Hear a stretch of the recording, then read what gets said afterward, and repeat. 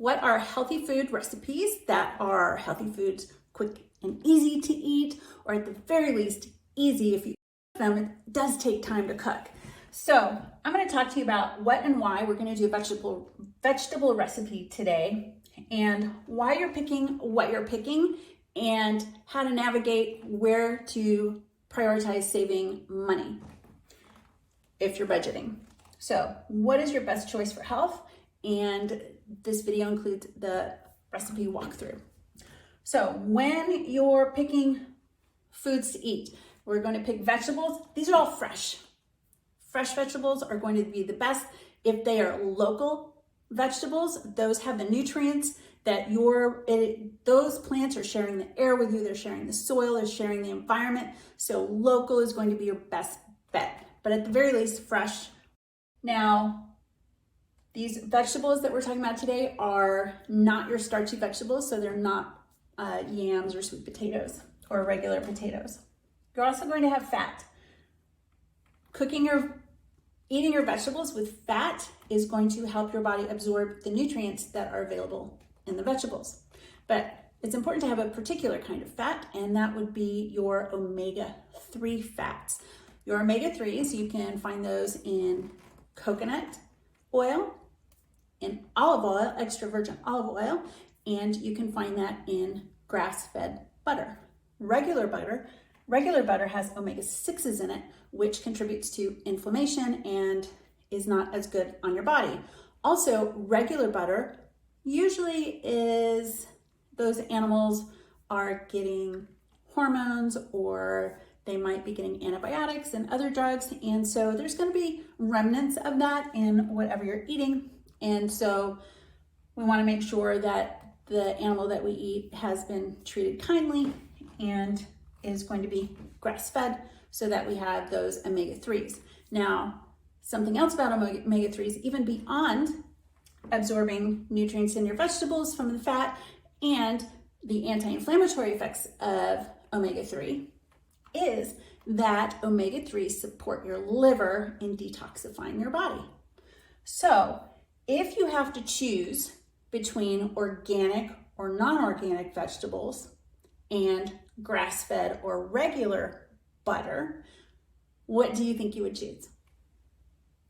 It would be grass-fed, because it has the omega-3s that's going to help your body move out any of the toxins that are on the vegetables that are regular vegetables that you got. So a great way to maintain more of an anti-inflammatory state in your body is to make sure that you're getting those omega-3 foods.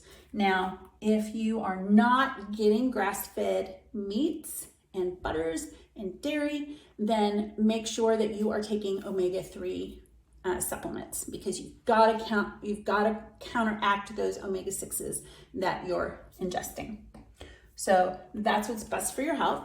Salt is going to just add some flavor and something that contributes more to inflammatory diseases and diabetes and all those heart disease is sugar. So there's no sugar in here, but we are going to add some salt. So getting that sugar out of your diet is going to help you be healthier. The salt that I prefer is Redmond's or sea salt or Himalayan salt. So those are the best choices for health. Now, the 3 ingredients, we're going to want to cook them at 350 degrees or a little bit higher, simply because we want to make sure that we keep all those nutrients in them as well. So let's go ahead and go into the kitchen, and I'll share a recipe with you.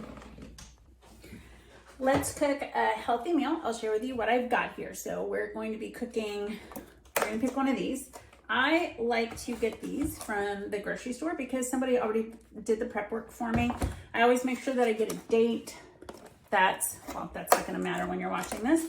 I always make sure to get the latest date where I have at least 2 days to use it before it's going to go bad. So these are regular. So I am opting for regular vegetables because I don't have time to cut up all my vegetables if I get organic ones. Also, the organic choices where I live right now, they weren't the best. And so I'd rather go with fresh. They're not even local. But I am going to use my Kerrygold grass-fed butter. There's also grass-fed butter at, I want to say IKEA, but it's not Aldi. There's grass-fed butter at Aldi also. So I'm going to use these to cook with, depending on what I make. There is also, I have the asparagus. So this is regular asparagus, and and then I also got at the grocery store today, this was a big, beautiful one with no mold on it. So I was very happy to find this one. So I'm probably going to save that for another day. So today, let's just pick something that's going to be really easy to do. So I am going to pick to do right now, let's do the mixed vegetables, because that'll be easy. So 3 ingredient recipes. I count this as 1 ingredient because somebody else did all the work for me. So what we're going to do is just pop it open. And I can. All right, and this expires in 3 days from now, so I know it's good. Sometimes when it gets closer to the date, this part gets a little bit moldy, like a little bit brown. Maybe I think it's mud. So I'm going to take this, and I'm going to get my colander out, and I'm just going to rinse this. So sink's on the other side. I'll be back in a second. Oh, before I do that, I'm going to get a tray out to a baking tray. So I got my baking tray right here. So I'm going to use mainly glass. I have this one that I really like, but given the amount of these vegetables, and this of course is just an example, I'm going to pull out, I'm just eyeballing which tray will be better. I think they can lie flatter on this one. So this one I might use for chicken breast or small chicken. So I'm pulling this up,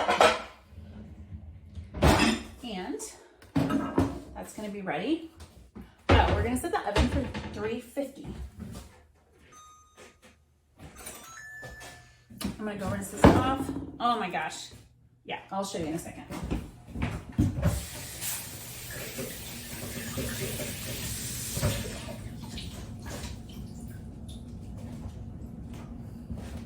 So that's rinsed off. I'll just share with you why I said oh my gosh in a second.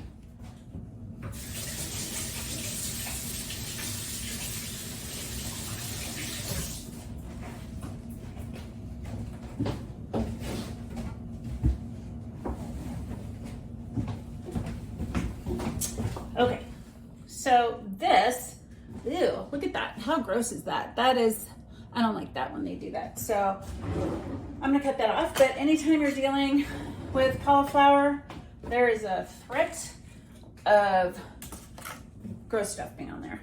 So I'm just gonna cut it off, that part off, because ew. I'll rinse it in a second. So I'm going past where it's brown. Let me see. These look good. So basically, baby carrots. You want to make sure to rinse it off because I think sometimes they do put a little bit of chlorine in there on some of these. So again, we're going to have the grass-fed butter to make sure that those toxins are getting pushed out of us when, oh, this one, oh, almost perfect. So after we eat, so you know what I forgot to do is I forgot to put butter on the bottom. So I'll share with you my workaround. So I'm very much I was raised in the kitchen, so I'm very much just go along and do it. So hopefully this is helpful to you, especially if you haven't been in the kitchen. If you have, this stuff will be pretty mundane, pretty basic. Yeah, I think that's a little bit of brown on there. Okay.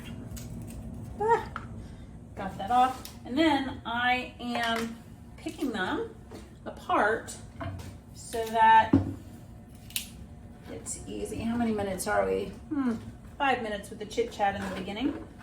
So these all look good. Okay, so I was right. My eyeball was right. I don't know. Is that brown? Does that look like brown to you? Maybe a little bit. A little funky. No, it was fine. Okay, so then what I like to do is I have a butter dish here. I keep my butter in the little container because here's what I do. Let me see how to show you this. Because I'm all about like, how can I do this easier, faster? I mean, because I just take my butter stick and I just, well, so I messed up because I didn't do that first. So I'm gonna take the butter knife, and you don't have to be perfect about this or have it, that's a nice chunk of butter. You want enough that it's going to kind of cover the bottom, and I messed up because there's water on there, so that just does not work well. So then what I do is I actually take this is my workaround, because I'm too busy to be perfect.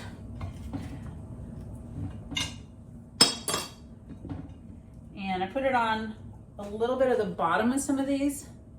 I keep it out, so it's gonna be, I go through butter 2 sticks a week probably.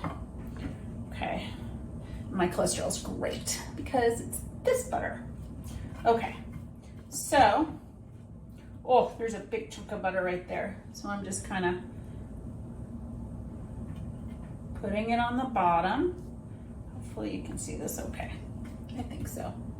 Okay, so that is the vegetable prep. And now you know why they're healthy as they are. I'm gonna get my big thing of salt, and I just stick my finger in there and do that. Let me know if you want me to do this again with a close-up. Happy to, because I cook this stuff all the time. All right, so that's ready. So what I'm gonna do is I'm gonna press this on pause. The oven's still heating up. It's going to be on 350 degrees, and then when it's done, I'll let you know. And I just stick them in until it smells. So it smells like it's done. So probably about 45 minutes because it's on 350. The reason I have it on 350 is because I don't have to think about it. I can go about my business and do whatever I need to do, and it's not as likely to burn at that low of a temperature. It's ready. And it's not likely to burn at that low of a temperature, and I can go about my business. And so that's where it's easy. The setup of it is pretty quick. It's longer because I'm explaining it to you right now. But yeah, I will show you what it's like when it's done.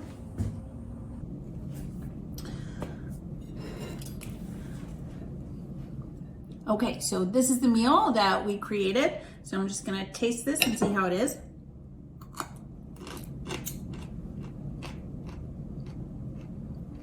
It's crispy, it's good. And then this one I put in the oven for an extra 15 minutes because I wanted it more cooked than it was. So let's see how this one is.